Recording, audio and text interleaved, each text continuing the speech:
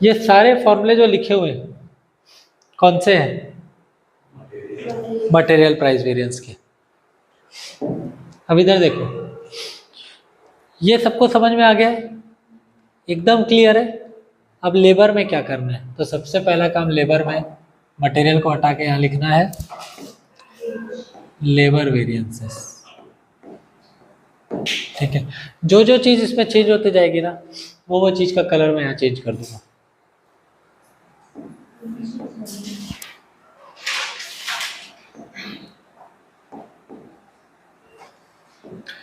यहाँ क्या है, क्वांटिटी और प्राइस। मैंने इंट्रोडक्शन जब दिया था तो बोला था कि मटेरियल जो है वो क्वांटिटी और प्राइस का इम्पैक्ट रहता है, लेकिन लेबर में आवर्स और रेट का रहता है। प्राइस की जगह क्या आ जाएगा, रेट, और क्वांटिटी की जगह क्या आ जाएगा, आवर्स। तो यहाँ एस क्यू है और यहाँ एस पी है, ए Q A P.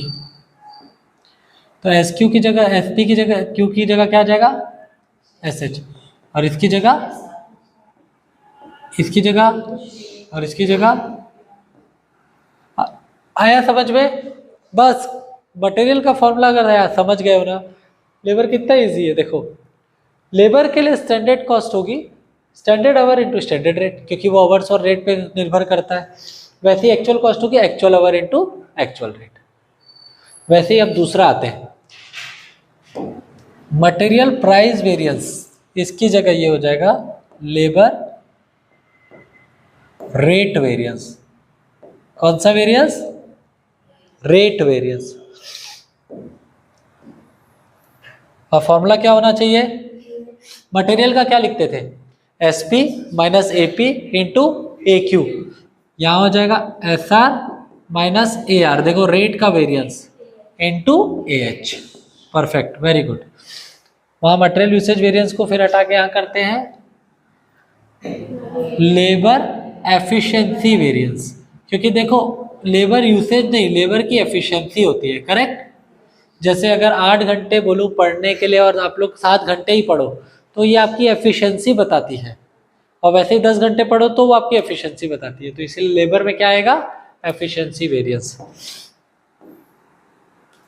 Formula material का बताओ, यूसेज एस क्यू माइनस ए क्यू इंटू एस पी। यहाँ क्या होगा, S H minus A H into S are. Very good, perfect. अब एक काम करते हैं, अभी ना इसको हटा देता हूँ, इसको एक्सपेंड करेंगे तो कैसे हो जाएगा, ए एच इंटू ए आर, और यहाँ भी S R into S H minus S R into, इसको क्या बोल सकते हैं, standard cost at actual hours.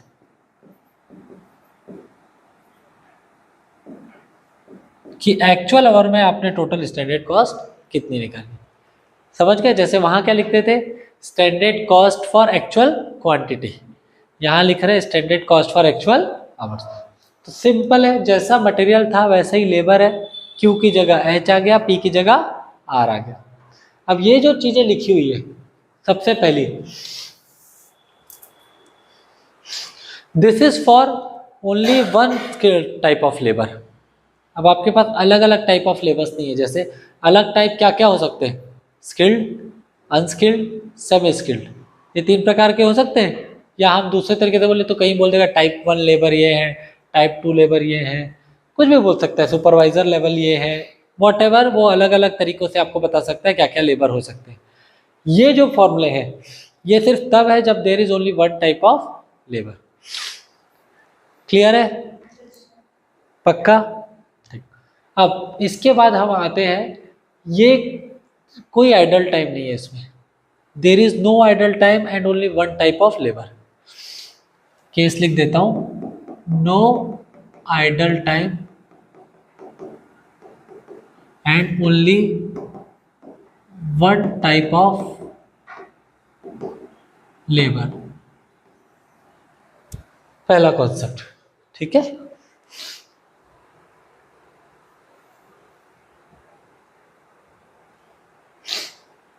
F H S R A H A R 10,000 hours 5 rupees, 800 hours 6 rupees. सब निकल जाएगा। मतलब क्वेश्चन में से आइडेंटिफाई करना है आवर्स क्या है, रेट क्या है, आवर्स एक्चुअल आवर्स क्या है और एक्चुअल रेट क्या है। सिंपल है, बिना आइडल टाइम के, बिना वन टाइप ऑफ लेबर के। सेकेंड, चलो सेकेंड केस एक बार फिर से समझो। When there is idle time and only one type of labour, एक ही टाइप ऑफ लेबर है, कॉस्ट वेरिएंस में कोई चेंजेस नहीं है, standard cost minus actual cost, F H into S R minus A H into A R. इसमें से आ जाएगा लेबर रेट वेरिएंसेस, ये वही S R minus A R into H, कोई चेंज नहीं। इस केस में ना इसको तीन भाग में बांट देना जो आपके मटेरियल में भी दिया हुआ है। ये हो जाएगा लेबर आइडल टाइम वेरिएंस। अच्छा, आइडल टाइम वेरिएंस की बात कर रहे हैं तो सिंपल फॉर्मूला, एक फॉर्मूला तो आपको पता चल गया। अगर आपके पास आइडल टाइम है तो आइडल टाइम को एस आर से मल्टीप्लाई कर देना, it will be always adverse. और दूसरा आइडल टाइम कैसे निकलेगा, तो आइडल टाइम निकलेगा कि कितना आपने नेट में एक्चुअली वर्क किया है, net actual hour worked minus actual our, तभी तो पता चलेगा कितना बैठे रहेगा, इनटू एस आर।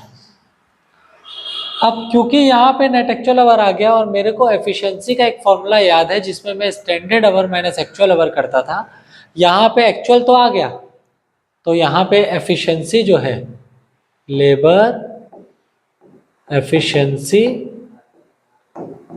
वेरिएंस, तो उस केस में मेरा हो जाएगा F H minus net actual hour into S R. ठीक है, क्लियर है। तो मेरा cost variance in case of idle time when there is only one type of labour will be labour rate variance, labour idle time variance and labour efficiency variance. दो variance तो देखो हमेशा same रहेंगे, दो फॉर्मूले तो हमेशा सेम रहेंगे, मतलब 5 मार्क्स का अगर क्वेश्चन आता है तो 2 मार्क्स तो मेरे पक्के हैं। ठीक है, आगे बढ़े, इसमें आप कोई डाउट? ठीक है, हमारा थर्ड केस रहेगा no idle time but more than one type of labour.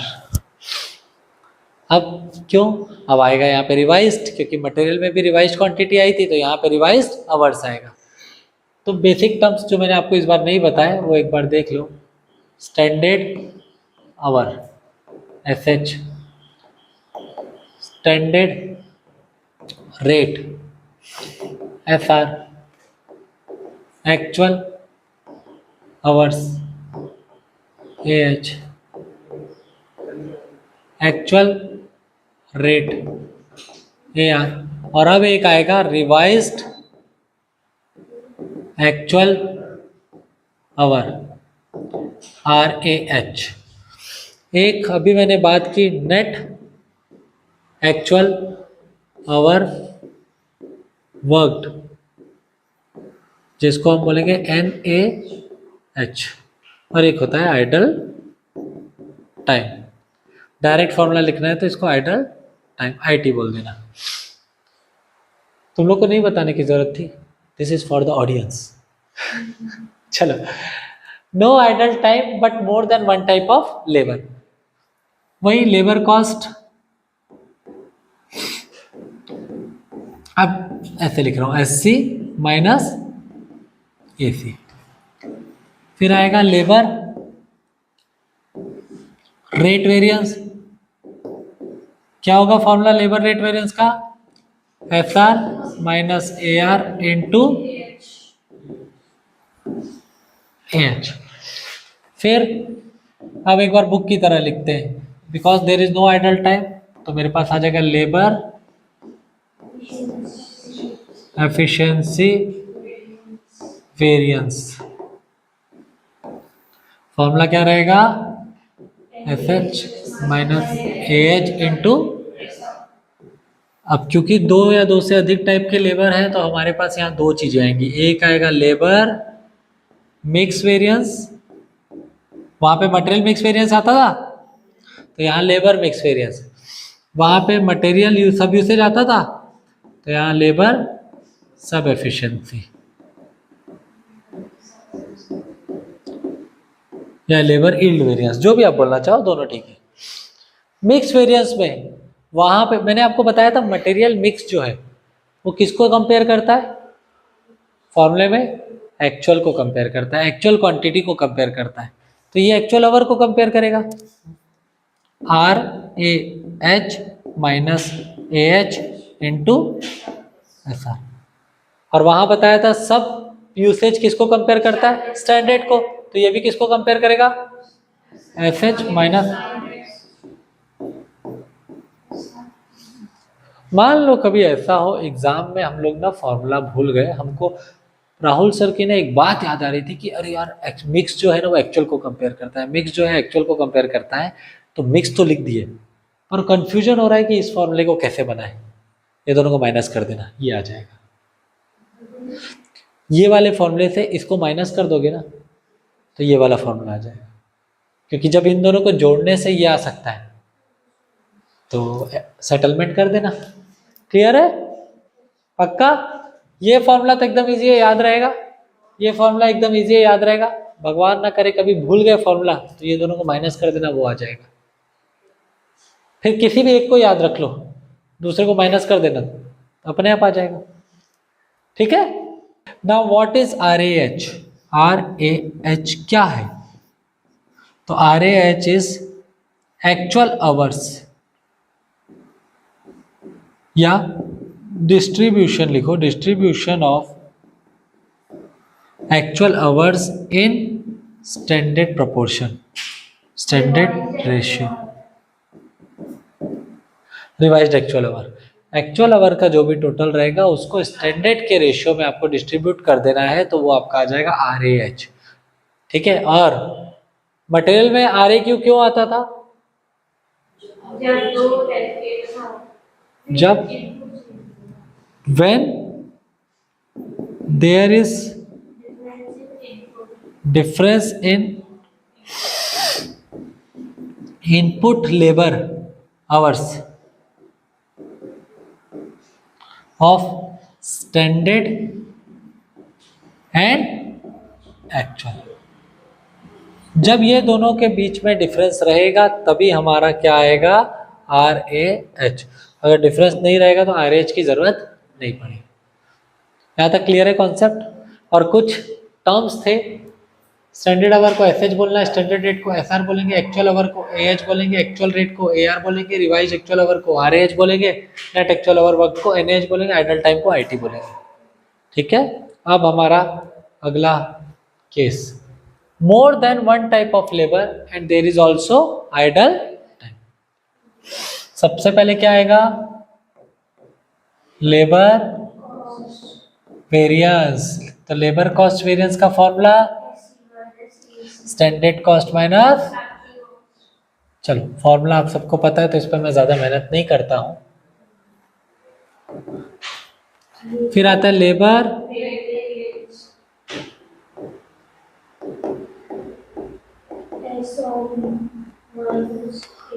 S R minus A R into A H. Very good. फिर आ जाएगा लेबर,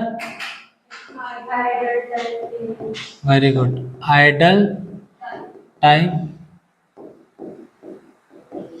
वेरिएंस, जो कि होता है या तो idle time into S R और N A H minus A H into, very good. और तीसरा होता है हमारा लेबर एफिशिएंसी वेरिएंस। इसका फॉर्मूला क्या हो जाएगा, S H minus N A H into F R. अब क्योंकि इसमें मटेरियल मिक्स हो सकता है, पॉसिबिलिटी है, क्योंकि दो टाइप से लेबर है, दो या दो से अधिक, तो इस केस में लेबर मिक्स वेरिएंस आ सकता है, लेबर सब एफिशिएंसी वेरिएंस। अच्छा एक चीज और बता दूं, कई जगहों पे ना सब एफिशिएंसी को आप नेट एफिशिएंसी भी बोल सकते हैं और ऊपर वाले को ग्रॉस एफिशिएंसी। ठीक है, जैसे ये दोनों को मिक्स करेंगे ना तो ग्रॉस एफिशिएंसी, जब स्प्लिट करेंगे तो आइडल और एफिशिएंसी, फिर स्प्लिट करेंगे तो मिक्स और सब एफिशिएंसी या मिक्स और नेट एफिशिएंसी। ठीक है, अब देखो अभी तक हम क्या कर रहे थे, स्टैंडर्ड को एक्चुअल से कंपेयर करते थे, तो एक तरफ मैं लिखता था RAH जो एक्चुअल से कंपेयर होता था और एक तरफ मैं लिखता था RH जो स्टैंडर्ड से कंपेयर होता था। अभी तक यही कर रहे हैं। इसके पहले वाले में देखो SH माइनस AH किया था, तो एक तरफ मैंने RAH को AS से कंपेयर किया और एक तरफ मैंने SH को RAS से कंपेयर किया। और यहाँ पे हम किससे कंपेयर कर रहे हैं एफिशिएंसी को, NAS से। तो मेरा जो RH इस केस में निकलेगा वो होता है बेटा revised net actual hour, net actual hour RAH। और ये तभी आता है when there is difference in total input hours या total hours worked, total hour standard hours worked and total net actual hour worked, hour net actual hour worked. इसका मतलब अभी तक हम कंपेयर करते थे टोटल ऑफ FH और total of AH, लेकिन इस केस में हम कंपेयर करेंगे टोटल ऑफ SH और total of NaH, net actual our, idle time minus करने के बाद वाला। समझे क्या बोला? अभी तक हमने कंपेयर किससे किया था, SH का टोटल और AH का टोटल। हमने देखा डिफरेंस है, हमने बोला भी इसमें तो RH आएगा। इस केस में जब आइडल टाइम दिया रहता है तो हम SH के टोटल को NaH के टोटल से कंपेयर करते हैं। What is NaH? तो NaH net actual hour worked, उससे कंपेयर करेंगे। उन दोनों में डिफरेंस रहेगा तो RAH आएगा। RAH is what? Revised net actual our. Clear? कोई डाउट? और उसको डिस्ट्रीब्यूट किस में करेंगे? वही स्टैंडर्ड के प्रोपोर्शन में। तो उस केस में अब जो मेरा मिक्स है, मिक्स किससे कंपेयर होता था? AS से। अब मिक्स किससे कंपेयर होगा? NaS से। परफेक्ट। तो revised actual hours minus NaH into, very good, और वहां क्या हो जाएगा?